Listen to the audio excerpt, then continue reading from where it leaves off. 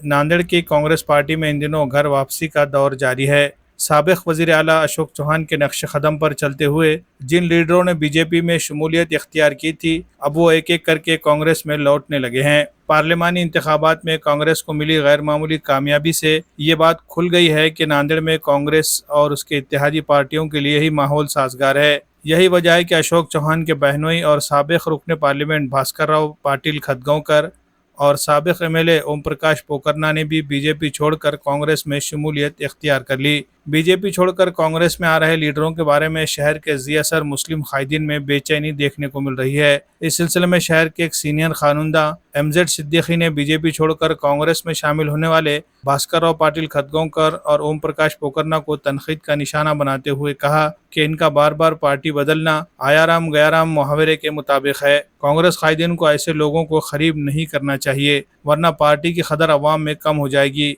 आज जब भास्कर राव पाटिल ने अपने मफादात पूरे न होने पर बीजेपी छोड़कर कांग्रेस में शमूलियत इख्तियार की है, तो कल जब कांग्रेस में इन्हें मुश्किलात पेश आएंगी तो वो फिर बीजेपी में शामिल हो जाएंगे। ऐसे लोगों को पार्टी में शामिल करना और इंतखाब में हिस्सा लेने का मौका देना दुरुस्त नहीं। जो लोग पार्टी के साथ पहले से वफादार चले आ रहे हैं, इन्हें इंतखाबात में हिस्सा लेने का मौका मिलना चाहिए। बसूरत दिगर नांदेड़ के मुसलमान कभी भी पार्टियां बदलने वाले ऐसे दोगलेपन के शिकार लीडरों को कबूल नहीं करेंगे।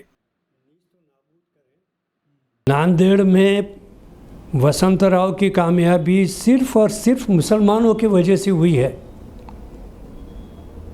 और इस लिहाज से तो तमाम मुसलमानों का डंका बदला गया।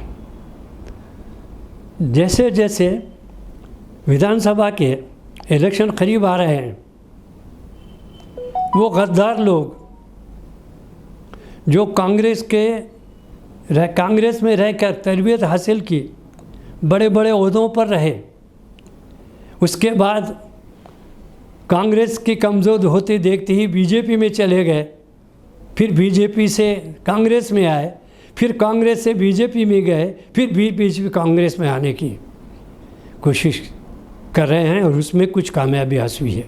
मिसाल के तौर पर मैं जनाब भाई भास्कर राव खतगांव साहब का ख़ास तौर पर आपके सामने बयान करूंगा।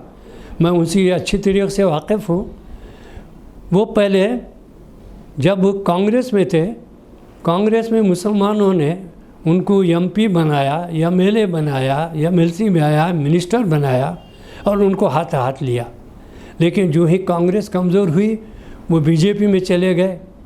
जब अशोक राव उधर चले गए तो फिर इधर जो है कांग्रेस में आए, फिर और अपने बहू के लिए बीजेपी में चले गए, वहाँ टिकट नहीं मिला तो फिर कांग्रेस में आए। और इस तरीके से ये आया राम गया राम का अगर इस तरीके से सिलसिला जारी रहेगा। और मैं सुना हूँ, ये पक्का तो नहीं है, मैं ये सुना हूँ कि हमारी महाराष्ट्र की कांग्रेस कमेटी ने ये वायदा की है कि नायगांव से उनके बहू को टिकट दिया जाएगा। मैं समझता हूँ यह बिल्कुल आम निष्ठावंतों के वफादार जो लोग हैं उनके ख़िलाफ़ में हमारी महाराष्ट्र की कांग्रेस कमेटी काम कर रही है। हम इसका निषेध करते हैं। उसके साथ साथ पोकरना साहब आए, पोकरना साहब भी इधर से गए उधर गए। घाटे साहब है, घाटे साहब की यह हालत थी कि वो शंकरराव साहब के ज़माने में उनके वालिद मस्का के में जो है चुनकर आया और मिनिस्टर बने, कांग्रेस में आए, कांग्रेस में आके फिर उन्हें उधर गए और फिर इधर आए।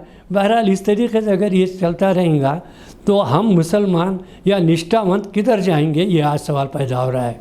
और इसीलिए से हम जद्दोजहद कर रहे हैं कि नांदेड़ में कांग्रेस के 6 सीट हैं, 6 सीट में से 1 सीट मुसलमान को दी जाए।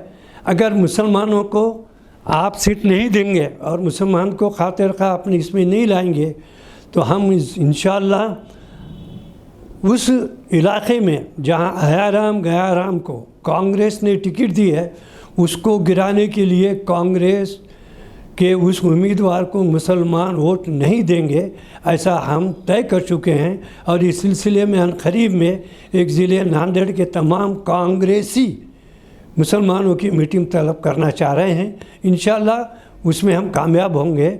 इस वक्त हमारा बहरहाल कांग्रेस ये है कि वो नांदेड़ ज़िले से जिनके उनके कोटे में 6 गए एक सीट मुसलमानों को दे। खुदा हाफिज़।